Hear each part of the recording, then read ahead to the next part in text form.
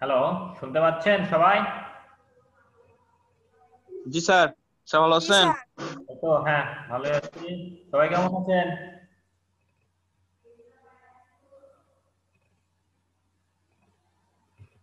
সবাই কেমন আছেন?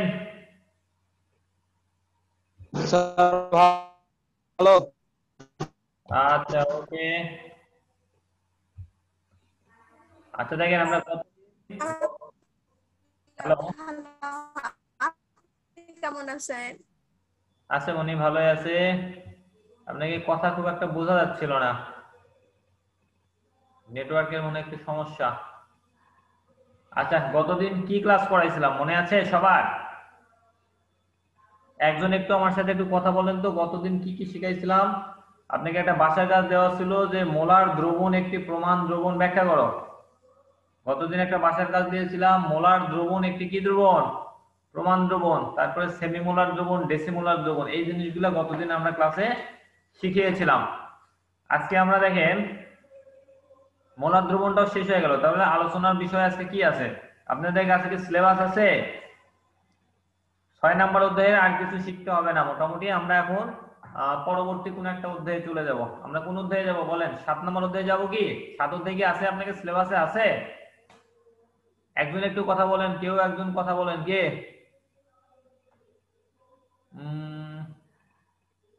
কে কে আছে? সাদিয়া বলেন। মনি, এরপরে কি অধ্যায় আছে? 6 নম্বর অধ্যায়ে যেটুকু আলোচনা করা কথা ছিল সেটুকু আলোচনা আমাদের শেষ হয়ে গেল।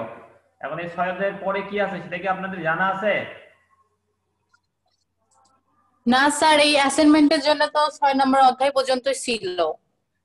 6 নম্বর অধ্যায় পর্যন্ত আমাদের ছিল, তাই না? আচ্ছা, তো 6 অধ্যায় পর্যন্ত তো জি আমার স্যার। পড়া হলো। আমি যে সিলেবাসটা আমার কাছে আছে, আমি একটু সিলেবাসটা দেখছি। দেখেন, এই সিলেবাসে এখানে লেখা ছিল আপনার মোলার আয়তন পর্যন্ত লেখা ছিল, বা মোলার দ্রবণ পর্যন্ত লেখা ছিল। আমার কাছে যে সিলেবাসটা আছে এই বছর সরকার কর্তৃক যেটা প্রদত্ত হয়েছে, এখানে লেখা ছিল মোল লেখা ছিল, গ্যাসের মোলার আয়তন ছিল মোল, এবং মোলার আয়তন এটা তো হয়ে গেল। আণবিক সংকেত বের করার কথা বলা ছিল, আমরা আণবিক সংকেতটা শিখিয়েছি। এরপরে মোলার দ্রবণের কথা বলা ছিল, মোলার দ্রবণটা মোটামুটি শিখিয়েছি।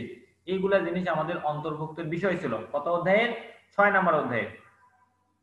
আচ্ছা, 6 নম্বর অধ্যায় যদি আমরা শেষ করি, তারপরে আমরা 7 অধ্যায়ে কি যেতে পারবো না? 7 অধ্যায় সিলেবাসে মনে হয় দেওয়া নাই। আপনাদের কাছে যদি কারো কাছে সিলেবাস থাকে একটু কাইন্ডলি বলেন, না হলে আমি একটু বের করে দেখছি যে আমরা এর পরবর্তীতে কোন বিষয়টা আলোচনা করব। আচ্ছা, আমি একটু সিলেবাস দেখে নিচ্ছি, আপনাদের কাছে যদি সিলেবাস থাকে একটু দেখে নিতে পারেন। স্যার দেখেন আপনি। বুঝি নাই, বলেন শুদ্ধ।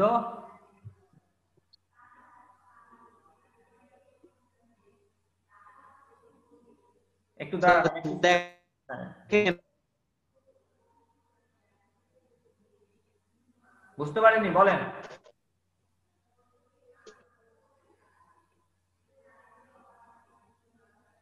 একটু দাঁড়ান, আমি একটু সিলেবাসটা বের করি। দেখেন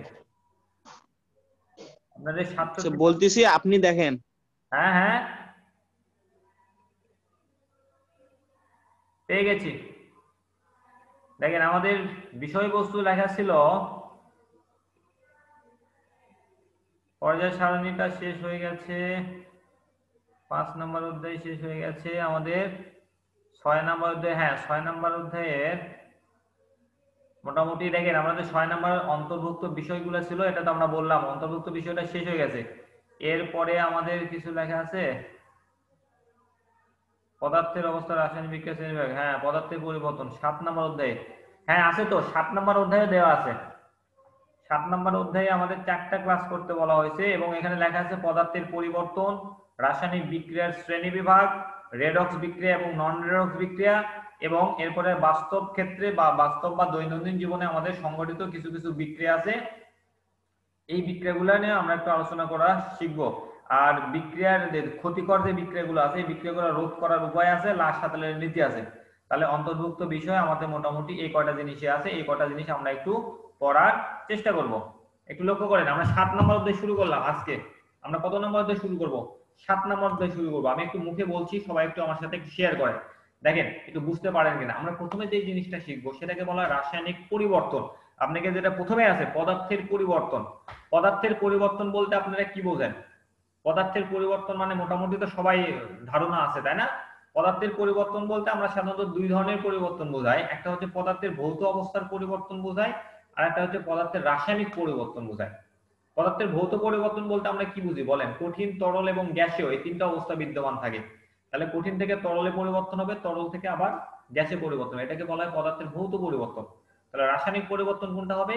রাসায়নিক পরিবর্তনটা হবে পদার্থের দুই ধরনের, একটা হচ্ছে ভৌত পরিবর্তন আর একটাকে কি বলা হয় রাসায়নিক পরিবর্তন। আচ্ছা, তাহলে এই যে পরিবর্তন, পদার্থের যে পরিবর্তনের কথাটা আমরা বললাম, এখানে যেটা আলোচনা করা আছে আপনার 7 নম্বর অধ্যায়ে, সেটা হচ্ছে যে পদার্থের পরিবর্তন বলতে একটা পদার্থ এক অবস্থা থেকে অন্য অবস্থায় কি হবে? রূপান্তরিত হবে বা পরিবর্তিত হবে।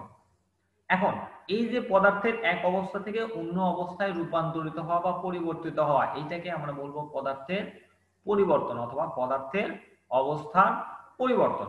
মোটামুটি আমরা এটাই বলতে বুঝি। আর এখানে এই 7 নম্বর অধ্যায়ে আপনাদের সবচেয়ে যেটা বেশি আলোচনা করার ব্যাপার আছে, আপনি পদার্থের পরিবর্তন এখানে অতটা বেশি আলোচনা করার নাই, শুধুমাত্র ভৌত পরিবর্তন আছে এবং রাসায়নিক পরিবর্তন আছে, এটা আপনারা একটু বাসায় করে নেবেন। আমি একটু যদি হেল্প করি তাহলে এভাবে বলতে পারবো ভৌত পরিবর্তন কাকে বলে। ভৌত পরিবর্তনটা হচ্ছে পদার্থের শুধুমাত্র বাহিরের আকার আকৃতি যদি পরিবর্তন হয়, এই পরিবর্তনকে আমরা কি বলবো? ভৌত পরিবর্তন। আর রাসায়নিক পরিবর্তন কাকে বলে? রাসায়নিক পরিবর্তনটা হচ্ছে কোন একটা বিক্রিয়ায় বিক্রিয়ক অণুসমূহের গঠনই পরিবর্তন হয়ে নতুন কোন একটা পদার্থ যদি উৎপন্ন করে, সেটাকে আমরা কি বলবো? রাসায়নিক পরিবর্তন। যেমন হাইড্রোজেন এবং অক্সিজেন দুটো মিলে পানি উৎপন্ন হয়, এই ক্ষেত্রে পানিটার যে পরিবর্তন হলো এটাকে আমরা কি বলবো? রাসায়নিক পরিবর্তন বলবো। আর ভৌত পরিবর্তনটা হচ্ছে এটাকে আবার পূর্বের অবস্থা ফিরিয়ে আনা যায় আর কি, এটাকে বলা হয় আপনার ভৌত পরিবর্তন। আচ্ছা, এরপর আমরা চলে যাব, দেখেন রাসায়নিক বিক্রিয়ার শ্রেণী বিভাগ। আমরা এখন রাসায়নিক বিক্রিয়ার শ্রেণী বিভাগ নিয়ে আলোচনা করব। চলেন আমরা তাহলে খাতা কলমে একটু দেখে নিই রাসায়নিক বিক্রিয়ার শ্রেণী বিভাগ কার কার উপর ভিত্তি করে রাসায়নিক বিক্রিয়াকে শ্রেণী বিভাগ করা যায়। আপনারা কি মোটামুটি দেখতে পাচ্ছেন? দেখেন তো রাসায়নিক বিক্রিয়ার শ্রেণী বিভাগ আমি যে পড়াতে যাচ্ছি, হ্যাঁ, এখান থেকে কিভাবে আমরা পড়বো দেখেন। একটা রাসায়নিক বিক্রিয়ার শ্রেণী বিভাগ বলতে গেলে রাসায়নিক বিক্রিয়াকে প্রধানত, আমি একটু লিখে দিচ্ছি আপনারা একটু মনে রাখবেন, একটু শর্টকাট। রাসায়নিক, দেখা যাচ্ছে না? রাসায়নিক বিক্রিয়াকে তাদের দিকের উপর ভিত্তি করে, তাদের দিকের উপর কি করে ভিত্তি করে, যে কোনো একটা রাসায়নিক বিক্রিয়াকে তাদের দিকের উপরে ভিত্তি করে কয় ভাগে ভাগ করা যায়? 2 ভাগে ভাগ করা যায়। মনে রাখবেন, 2 ভাগে ভাগ করা যায়। কি কি ভাগ বলেন তো? 1 নাম্বারটা হচ্ছে একমুখী বিক্রিয়া। 1 নাম্বারটা কি বিক্রিয়া বলবো আমরা? একমুখী বিক্রিয়া, এটা বলবো। এবং 2 নাম্বারটা যেটা, সেটাকে বলা হয় উভমুখী বিক্রিয়া। একটা একমুখী বিক্রিয়া আর এটাকে কি বলা হয়? উভমুখী বিক্রিয়া বলা হয়। আচ্ছা, এখন আমি যদি আপনাকে প্রশ্ন করি, আপনারা মোটামুটি অনেকেই হয়তো জানেন যে একমুখী বিক্রিয়া কাকে বলে এবং উভমুখী বিক্রিয়া কাকে বলে। আমরা একটু সংক্ষেপে আলোচনা করার চেষ্টা করব। সবাই একটু বলেন তো একমুখী বিক্রিয়া কাকে বলে? যে কোনো একজন বলবেন। কে বলবেন? তাহিরা বলেন তো একমুখী বিক্রিয়া কাকে বলে মনি?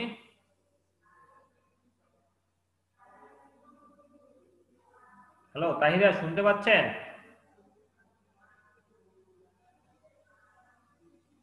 শুনতে পাচ্ছে না? আচ্ছা, আয়মান হাসান, একমুখী বিক্রিয়া কাকে বলে এটা একটু বলতে পারবেন? একটু কাইন্ডলি যদি আমার সাথে একটু হেল্প করতেন। জি স্যার। বলেন তো একটু। যে রাসায়নিক বিক্রিয়ায় বিক্রিয়ক পদার্থগুলো উৎপাদে পরিণত হয় কিন্তু উৎপাদ পদার্থগুলো পুনরায় বিক্রিয়কে পরিণত হয় না, তাকে একমুখী বিক্রিয়া বলে। একমুখী, এই তো এইগুলা জিনিস মোটামুটি সোজা আছে, আপনারা ভালোই বোঝেন বা ভালোই পারেন। তাহলে একমুখী বিক্রিয়াটা হচ্ছে শুধুমাত্র বিক্রিয়ক পদার্থ উৎপাদে পরিণত হবে, কিন্তু উৎপাদ ভেঙে কোনোদিনও বিক্রিয়কে পরিণত হবে না। অর্থাৎ যে বিক্রিয়া শুধুমাত্র সামনের দিকে অগ্রসর হবে, আমি আবার বলছি, যে বিক্রিয়াটা শুধুমাত্র কোন দিকে অগ্রসর হবে? সামনের দিকে অগ্রসর হবে, সেই বিক্রিয়াটাকে আমরা কি বিক্রিয়া বলবো? একমুখী বিক্রিয়া বলবো। কি বিক্রিয়া বলবো বলেন? একমুখী বিক্রিয়া। আমি আবার বলছি, যে বিক্রিয়া শুধুমাত্র সামনের দিকে অগ্রসর হয়। হ্যাঁ ঠিক, হ্যাঁ হ্যাঁ দেখ। আচ্ছা আচ্ছা আচ্ছা আমরা দেখেন উদাহরণটা কি লিখবো বলেন তো? আমাদের উদাহরণটা হবে এইরকম যে একমুখী বিক্রিয়ার উদাহরণ লিখবো। যা সাপোজ মনে করেন কোনটা কোনটা দিতে পারেন বলেন? এই যে ক্যালসিয়াম কার্বনেট আছে, ক্যালসিয়াম কার্বনেটকে তাপ দিবেন প্লাস ডেল, ডেল প্লাস অথবা প্লাস ডেল দিতে পারেন, এটাকে বলা হয় তাপ দেওয়া বোঝায়। তাহলে ক্যালসিয়াম কার্বনেটকে তাপ দিলে আমাদের উৎপন্ন হবে ক্যালসিয়াম অক্সাইড উৎপন্ন হবে, আর কি উৎপন্ন হবে? Carbon die oxide. এই বিক্রিয়াটা যদি আপনি খোলা পাত্রে করেন, আপনি যদি খোলা পাত্রে করে থাকেন, তাহলে এই বিক্রিয়াটাকে আমরা কি বিক্রিয়া বলবো? একমুখী বিক্রিয়া বলবো। এই বিক্রিয়াকে কি বিক্রিয়া বলবো? একমুখী বিক্রিয়া বলবো। আমি আবারও বলছি, যে বিক্রিয়া শুধুমাত্র বিক্রিয়ক উৎপাদে পরিণত হবে। এখানে কি বোঝা যাচ্ছে? ক্যালসিয়াম কার্বনেট এটা বিক্রিয়ক। এই বিক্রিয়ককে যখন তাপ দেওয়া হয়েছে, সেই বিক্রিয়কটা কিসে পরিণত হয়েছে? উৎপাদ, ক্যালসিয়াম অক্সাইড এবং কার্বন ডাই অক্সাইডে পরিণত হয়েছে। তাহলে বিক্রিয়াটা শুধুমাত্র সামনের দিকে অগ্রসর হচ্ছে, কিন্তু কোনোদিনও এই দুইটা পরস্পরের সাথে যুক্ত হয়ে এই যে বাম দিকে আর ফিরে আসবে না, অর্থাৎ উৎপাদ কোনোদিনও বিক্রিয়কে ফিরে আসবে না। এই জন্য এই বিক্রিয়াকে আমরা কি বিক্রিয়া বলবো? একমুখী বিক্রিয়া বলবো। কেন ফিরে আসবে না? কারণ এখানে একটা উৎপাদ আছে carbon die oxide. Carbon die অক্সাইডটা কিরকম আছে বলেন? গ্যাসীয় আছে। কার্বন ডাই অক্সাইড যদি গ্যাসীয় উপাদান বিদ্যমান থাকে, তাহলে এটা ওই বিক্রিয়ার স্থল থেকে বাষ্প হয়ে বা গ্যাস হয়ে উড়ে চলে যাবে। এই জন্য এটার কোনোদিনও পূর্বের অবস্থা ফিরে আসবে না। তাই এই বিক্রিয়াকে আমরা কি বিক্রিয়া বলবো? একমুখী বিক্রিয়া বলবো। অন্যদিকে দেখেন উভমুখী বিক্রিয়া কাকে বলে?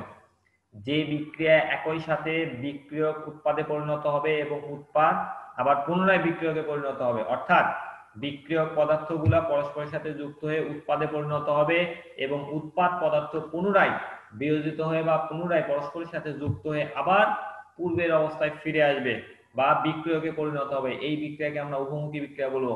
আমি উদাহরণ হিসেবে আপনাকে লিখে দিচ্ছি, দেখেন এই ক্যালসিয়াম কার্বনেট এটাই দিলাম।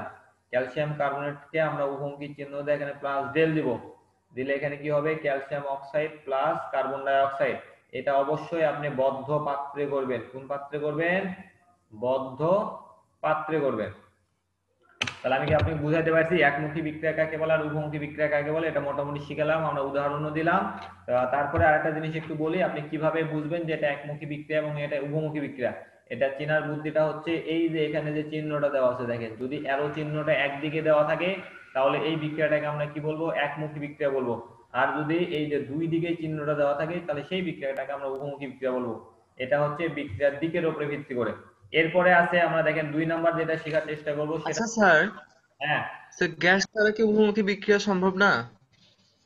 গ্যাস গ্যাস না মানে যে বিক্রিয়কটা থাকে সেটা কি গ্যাস না হলে উভমুখী বিক্রিয়া সম্ভব না? হ্যাঁ অবশ্যই সম্ভব, কেন সম্ভব না?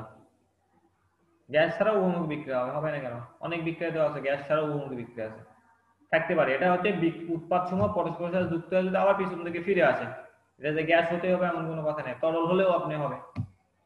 বুঝতে পারছেন? যেমন আয়োডিনের একটা বিক্রিয়া আছে না, হাইড্রোজেন এবং আয়োডিন, এই দুটো বিক্রিয়া করলে হাইড্রোজেন আয়োডাইড উৎপন্ন হয়। এখানে হাইড্রোজেনটাই গ্যাস, কিন্তু আয়োডিনটা তরল। আয়োডিন কি পদার্থ? তরল পদার্থ হয়, এই জন্য ওটা হয় আর কি।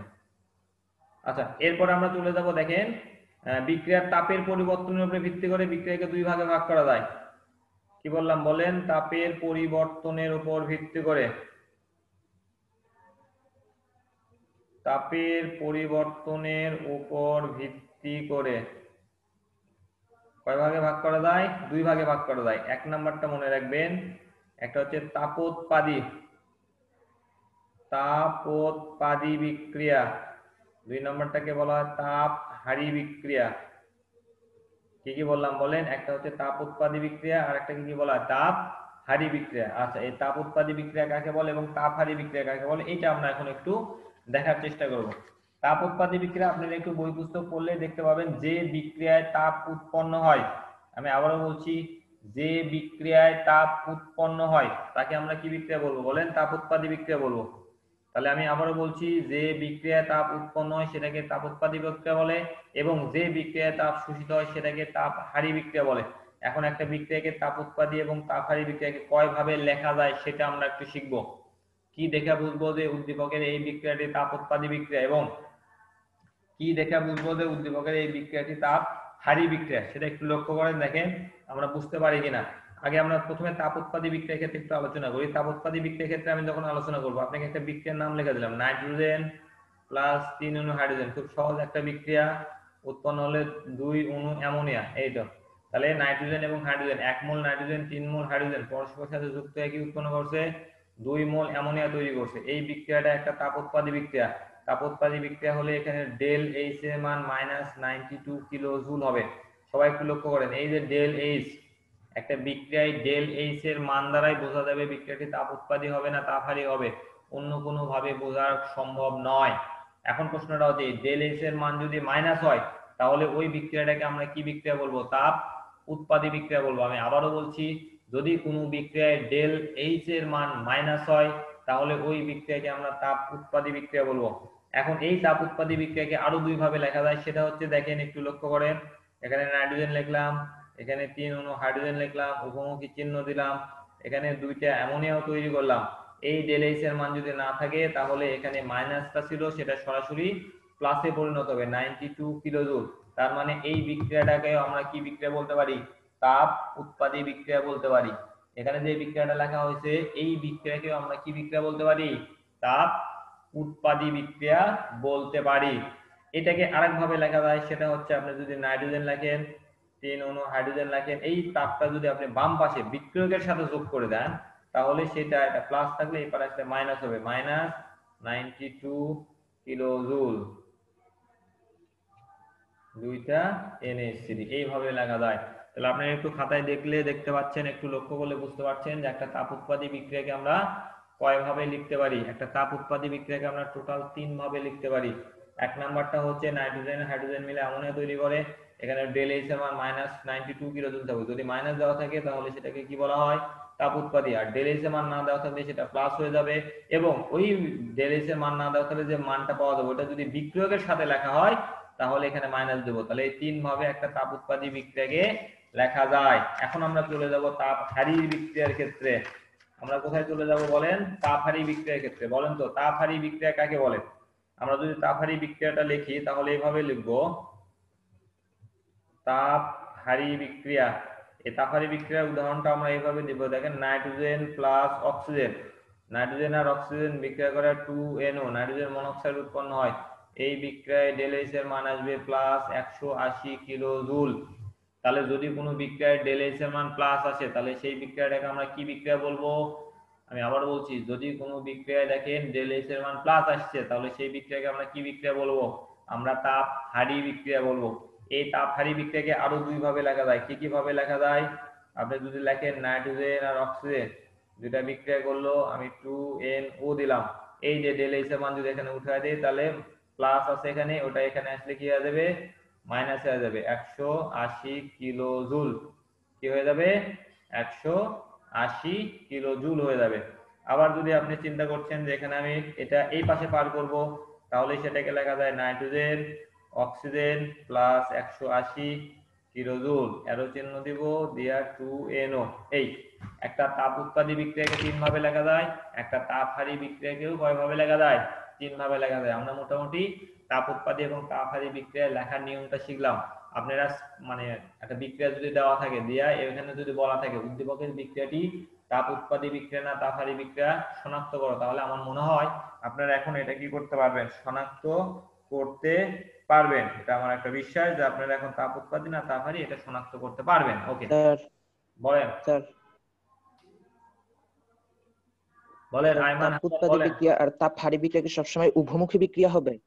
স্যার, তাপহারী তাপ উৎপাদী বিক্রিয়া আর তাপহারী বিক্রিয়া কি সবসময় উভমুখী বিক্রিয়া হবে?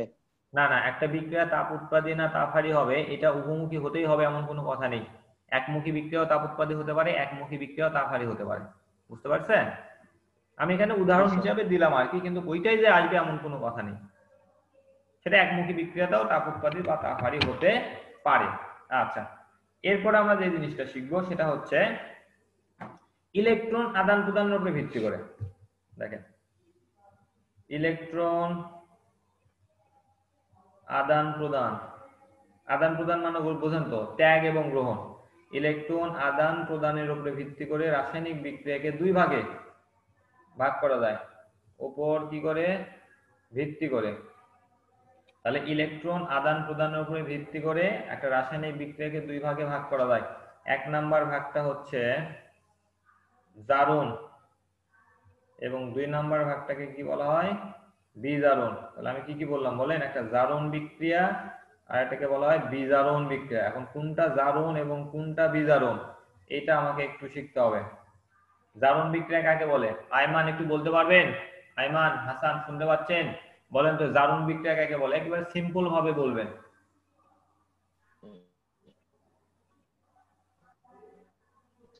জারণ বিক্রিয়ায় ইলেকট্রন ত্যাগ হ্যাঁ হ্যাঁ, করে। যে বিক্রিয়ায় ইলেকট্রন ত্যাগ করে, যে বিক্রিয়ায় কোন একটা পরমাণু ইলেকট্রন কি করবে বলেন? ত্যাগ করবে, তাকে আমরা কি বিক্রিয়া বলবো? ত্যাগ করে।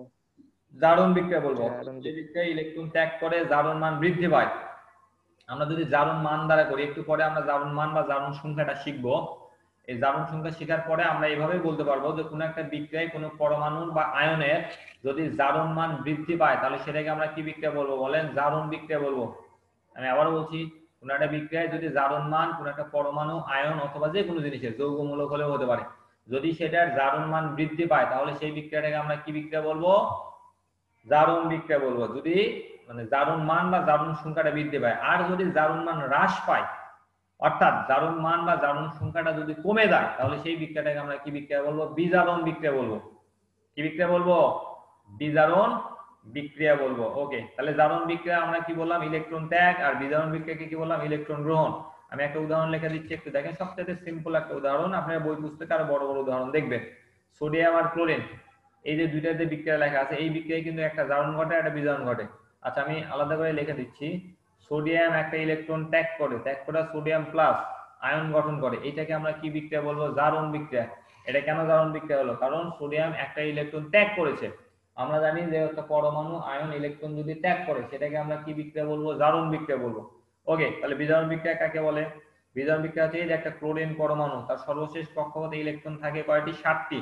সে একটা ইলেকট্রন গ্রহণ করতে পারে, এই জন্য এই যে একটা ইলেকট্রন গ্রহণ করলো, গ্রহণ করে কি হলো? ক্লোরিন আয়নে পরিণত হলো। তাহলে এখানে ইলেকট্রন ত্যাগ করা বুঝাইছে, আর এই যে এখানে ইলেকট্রন গ্রহণ করা বুঝাইছে। অর্থাৎ এখানে বিক্রিয়াটা জারণ বিক্রিয়া, আর এখানে যে বিক্রিয়া সেটাকে কি বলা হয়? বিজারণ বিক্রিয়া। আমরা মোটামুটি সহজ ভাবে একটু বুঝিয়ে দিলাম যে জারণ কাকে বলে আর বিজারণ কাকে বলে। আপনি যদি জারণ মান অথবা জারণ সংখ্যা দ্বারা এটা প্রকাশ করতে চান তাহলে আমরা দেখেন এইভাবে ব্যাখ্যা করি। একটু পরে এই প্রশ্নটা আমি পড়াবো, তারপরে আমি একটু আলোচনা করছি। সবাই একটু দেখেন জারণ সংখ্যাটা কাকে বলে। এই যেমন দেখেন, এখানে সোডিয়াম ছিল আর এখানে ক্লোরিন ছিল, আমি যদি একসাথে লিখি তাহলে এখানে উৎপন্ন হবে সোডিয়াম ক্লোরাইড। এই সোডিয়ামেরটা প্লাস আসে, এই ক্লোরিনের মাইনাস আসে, এটা জিরো, এটা জিরো। এখান থেকে দেখেন যে একটা জিনিস একটু লক্ষ্য করলে আপনারা বুঝতে পারবেন যে সোডিয়াম পরমাণু যেটা আছে, এই সোডিয়াম পরমাণুর জারণ সংখ্যা অর্থাৎ জিরো ছিল সেটা +1 হয়ে গেছে, তাহলে জারণ সংখ্যা বৃদ্ধি পাইছে, এটাকে বলা হয় জারণ বিক্রিয়া। আর এই যে ক্লোরিন পরমাণু ইলেকট্রন কি হয়েছে? হ্রাস পাইছে, এটাকে কি বিক্রিয়া বলবো আমরা? বিজারণ বিক্রিয়া বলবো। তাহলে একটা জারণ, এটাকে কি বলা হয়? বিজারণ। এভাবে একটু মনে রাখবেন, তাহলেই হয়ে যাবে। এরপরে আমরা যেটা আলোচনা করতে যাচ্ছি আপনাদের সাথে সেটা হচ্ছে বিক্রিয়ার দিকের উপরে ভিত্তি করে দুই ভাবে আলোচনা করা হয়ে গেল, তাপের পরিবর্তনের উপরে বিক্রিয়া দুই ভাবে সেটাও আলোচনা করলাম, এবং সবশেষে ইলেকট্রন আদান প্রদানের উপরে ভিত্তি করে বিক্রিয়াকে দুই ভাগে ভাগ করা যায় সেটাও শিখলাম। এখন আমরা যেটা শিখবো সেটা হচ্ছে জারণ সংখ্যা কাকে বলে। এটা খুব ইম্পর্টেন্ট এই অধ্যায়ের জন্য। কি? জারণ সংখ্যা। অনেকে আবার দেখবেন অনেক জায়গায় লেখা আছে জারণ মান। জারণ সংখ্যাও যে জিনিস, জারণ মানও সেই জিনিস। জারণ সংখ্যাটা হচ্ছে কি রকম জিনিস দেখেন, একটা যৌগ গঠন করার সময় কোনো একটা পরমাণু বা কোনো মৌলের কোনো একটি পরমাণু যে কয়টি ইলেকট্রন ত্যাগ করবে এটাকে ধনাত্মক চিহ্ন দ্বারা, এবং যে কয়টি ইলেকট্রন গ্রহণ করবে এটাকে ঋণাত্মক চিহ্ন দ্বারা প্রকাশ করা হয়। তাহলে যদি কোনো একটা পরমাণু ইলেকট্রন ত্যাগ করে সেটাকে আমরা ধনাত্মক চিহ্ন দ্বারা প্রকাশ করব, যদি কোনো পরমাণু ইলেকট্রন গ্রহণ করে সেটাকে আমরা কি দ্বারা প্রকাশ করব? ঋণাত্মক চিহ্ন দ্বারা প্রকাশ করব।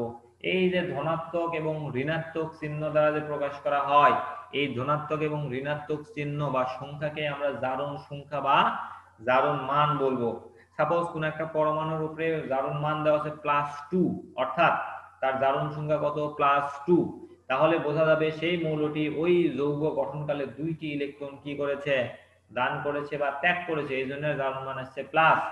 যদি কোনো পরমাণু বা আয়নের জারণ সংখ্যা মাইনাস আসে তাহলে মনে করবেন সেখানে ওই পরমাণুটি ইলেকট্রন কি করেছে? গ্রহণ করেছে। এই সংখ্যাটাকে আমরা জারণ সংখ্যা বলবো। জারণ সংখ্যা ক নাম্বারের প্রশ্ন খুব বেশি আসে, আপনারা একটু মুখস্থ করে নেবেন। এরপরে আমরা যে জিনিসটা শিখবো সেটা হচ্ছে জারণ সংখ্যা নির্ণয় করা শিখবো। কিভাবে আমরা জারণ সংখ্যা নির্ণয় করতে পারি। দেখেন আমি একটা যৌগ দিয়ে বুঝিয়ে দিচ্ছি। আপনাকে বলা হয়েছে এখানে, আপনাকে বইয়ের উদাহরণ যেটা দেওয়া হচ্ছে সেটা দিলাম, পটাশিয়াম পার ম্যাঙ্গানেট KMnO4, এটাকে বলা হয় পটাশিয়াম পার ম্যাঙ্গানেট। এই পটাশিয়াম পার ম্যাঙ্গানেট যৌগের আপনাকে বের করতে বলা হয়েছে ম্যাঙ্গানিজের জারণ মান কত। আমি যে ম্যাঙ্গানিজের জারণ মান বের করব, যে মৌলটির জারণ মান বের করব, সেই মৌলটির জারণ মানটাকে আমাকে কি করে নিতে হবে, ধরে নিতে হবে। কি করে নিতে হবে, ধরে নিতে হবে। তাহলে আপনি কি লিখবেন, ধরি ম্যাঙ্গানিজ এর জারণ মান আমরা কত লিখবো, x লিখবো। ধরি ম্যাঙ্গানিজ যেটা বের করতে বলবে সেটার জারণ মান আমরা কত ধরে নিলাম, x ধরে নিলাম। তারপরে লিখবেন কি, প্রশ্ন মতে একটা যৌগের টোটাল জারণ মান, একটা যৌগের টোটাল জারণ মান 0 হয়, তাহলে সেই জায়গায় এই যে এই যৌগটা KMnO4, এই যৌগের টোটাল জারণ মান আমরা 0 ধরলাম। 0 ধরার পর দেখেন কিছু কিছু মৌল আছে যাদের জারণ মান কখনোই পরিবর্তন হয় না। এই জারণ মানগুলোকে আমরা জানা জারণ মান বলবো। এই জারণ মানগুলো কি, যেমন এখানে পটাশিয়াম একটা আছে, এই পটাশিয়াম একটা আছে, এই পটাশিয়ামটা হচ্ছে, এটা জারণ মান সবসময় +1, আর এই যে ম্যাঙ্গানিজ যেটা দিলাম সেটা x, আর অক্সিজেনের জারণ মান হচ্ছে -2, এখানে 4টা আছে দেখে 4 দ্বারা গুণ করলাম 0। এরকম করে আমরা কি করব, এখানে 1 + x - 8 = 0, এখানে প্লাস দিব, তাহলে বিয়োগ করলে x - 7 = 0, অতএব x এর মান কত আসছে, +7। অর্থাৎ এই পটাশিয়াম পার ম্যাঙ্গানেজ যৌগে ম্যাঙ্গানিজের জারণ মান আসছে কত, +7। ম্যাঙ্গানিজের জারণ মান কত আসছে, +7। ওকে, এইভাবে আমরা যে কোনো একটা যৌগে একটা মৌলের জারণ মান বের করতে পারবো। আপনাদের বাসার কাজ থাকলো, আপনাদের বইয়ে দেখবেন অনেকগুলো মৌলের জারণ মান দেওয়া আছে, এই জারণ মানগুলো আপনারা একটু বের করার চেষ্টা করবেন। আমি সামনের সপ্তাহের প্রথম ক্লাসে আবার এই জারণ মান নিয়ে আপনাদের সাথে আলোচনা করব। ততদিন পর্যন্ত আপনারা ভালো থাকেন, সুস্থ থাকেন। এখন আজকে তো আমাদের মনে হয় শেষ ক্লাস, এরপরে আবার কবে ক্লাস আছে, এরপরে সামনের সপ্তাহে আবার হয়তো বা ক্লাস হবে। এখন যদি রসায়ন ক্লাস সামনের সপ্তাহে দেয়া হয় তাহলে আমার ক্লাসটা আবার পাবেন, আর যদি না দেয়া হয় তাহলে তো কোনো সমস্যা নেই। ততদিন পর্যন্ত ভালো থাকেন, সুস্থ থাকেন। ধন্যবাদ সবাইকে।